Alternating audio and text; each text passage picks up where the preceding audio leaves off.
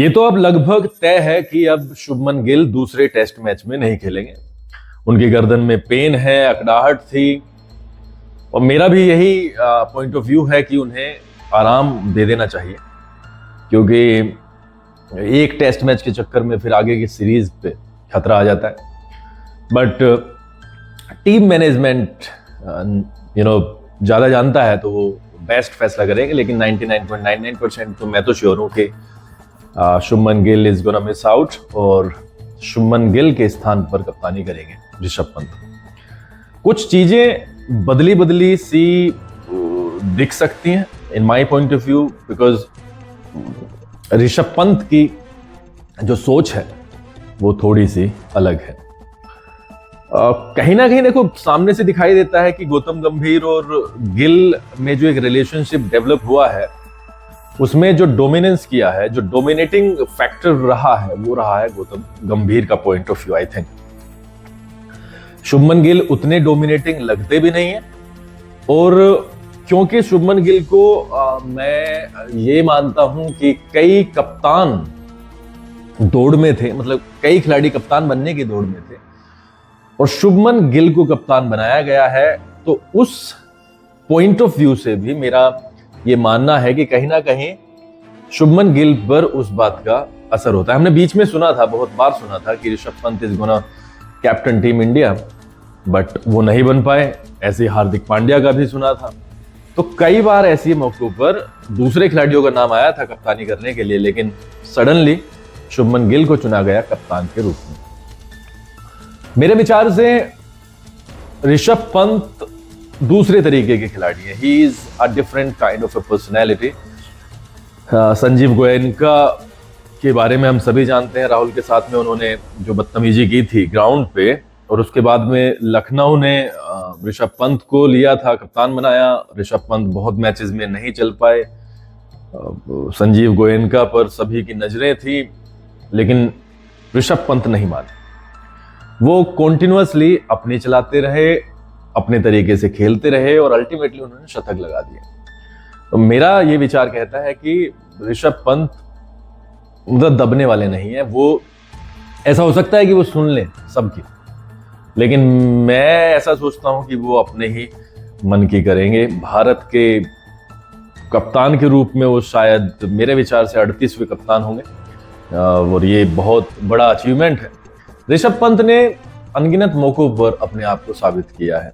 Unfortunately और fortunately वो एक ऐसे एक्सीडेंट से गुजरे जहां से लौटना वापस लाइफ में मुश्किल है, और उन्होंने तो क्रिकेट के मैदान पर वापसी किया। So in my point of view, in my eyes, he is a fighter. और जैसे वो कप्तानी करेंगे, मुझे पता है कि चीजें कुछ ना कुछ चेंज हो जाएंगी। बट टीम की तरफ मैं फिर भी निगाह एक बार डालना चाहूंगा। आप बाहर कर देते हैं, सपोज करो एक खिलाड़ी बाहर हो जाता है, जैसे शुभमन गिल के रूप में बाहर हुआ है, तो एक खिलाड़ी का अंदर आना तय है।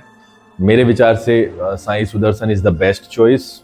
पडिक्कल और साई सुदर्शन दोनों में से आप किसी को भी खिला सकते हो, बट मुझे अचंभा तब हुआ जब मैंने एक जगह पढ़ा कि साई आ सकते हैं या पडिक्कल आ सकते हैं, तो नंबर 3 पर वॉशिंगटन सुंदर ही खेलते रहेंगे। और ये मतलब सबसे आश्चर्यजनक बात है। मुझे समझ नहीं आ रहा है कि वॉशिंगटन सुंदर में ऐसा क्या इन्होंने देखा कि नंबर 3 पर उन्हें सेट करने के प्रयास हैं। क्यों है? क्या भारत में एक स्पेशलिस्ट बैट्समैन खत्म हो गया है जो स्पिन को खेल सके, जो फास्ट बॉलर्स को खेल सके, जो प्रेशर में उस सिचुएशन को हैंडल कर सके? क्या Washington Sundar is the best choice? ये क्वेश्चन उठता है भारतीय क्रिकेट पे, और ये तब उठता है जबकि we have the best domestic platforms, we have the best all-rounders, we have the best batsmen, we have the best bowlers in the world, but I don't know why Sundar is being promoted to number 3, और ऐसा अब उसे back करने के भी यहाँ पर कयास लगाए जा रहे हैं। बट बिकॉज मैं यहाँ पर अपने पॉइंट ऑफ व्यू के लिए आया हूँ, तो मैं तो बिल्कुल इसे सिरे से नकारता हूँ। For me Washington Sundar is in the team, if then वो 6, 7, 8वें नंबर पर ही मैं तो खिलाऊंगा। मेरे लिए साई और पडिक्कल में से कोई ना कोई वहां पर आना चाहिए, क्योंकि शुभमन गिल नहीं होंगे तो हमें एक एक्स्ट्रा बैट्समैन की भी यहाँ पर जरूरत पड़ेगी। हालांकि वो चीजें हो जाएंगी साई के या पडिक्कल के आने से। बट नीचे अगर मैं जाऊं तो नीतीश रेड्डी की बात सुन रहे हैं। देखो, नीतीश रेड्डी के मैं पर्सनल तो कोई खिलाफ हूं नहीं, but I will never advocate, मतलब नीतीश रेड्डी का मुझे गेम आज तक पसंद नहीं आया। और मैं फिर से आश्चर्यजनक हूं, मतलब आश्चर्यचकित हूं कि क्या भारतीय क्रिकेट में खिलाड़ी खत्म हो गए हैं या क्या है। Kuldeep Yadav is a good bowler और फिर से वही चीज उठी है कि कुलदीप यादव कम बल्लेबाजी करते हैं, तो नीतीश रेड्डी को वापस लाया जाएगा। अब अक्षर पटेल के ऊपर भी सवाल उठते हैं। अभी पता नहीं क्या चल रहा है, एक एक मैच में तो सवाल उठाने लगते हैं। आप बेस्ट टीम खिलाओ, उसको बैक करो और देखो 2-3-4 मैच के बाद में क्या होता है क्या नहीं होता है, and then take a decision then. अब यहाँ पर एक मैच खिला दिया, फिर दूसरे में बाहर कर दिया। अब किसी खिलाड़ी को ये पता ही नहीं चल रहा है कि वो खेलेगा कि नहीं खेलेगा, कौन से पोजीशन पे खेलेगा। तो this is what is happening in Indian cricket. But best of luck for the second test match. पता नहीं क्या होगा, बट आई एम एंटिसिपेटिंग के चीज़ें ठीक हों और भारत एक एक से बराबरी पर छूट जाए, क्योंकि south Africa is in the commanding position.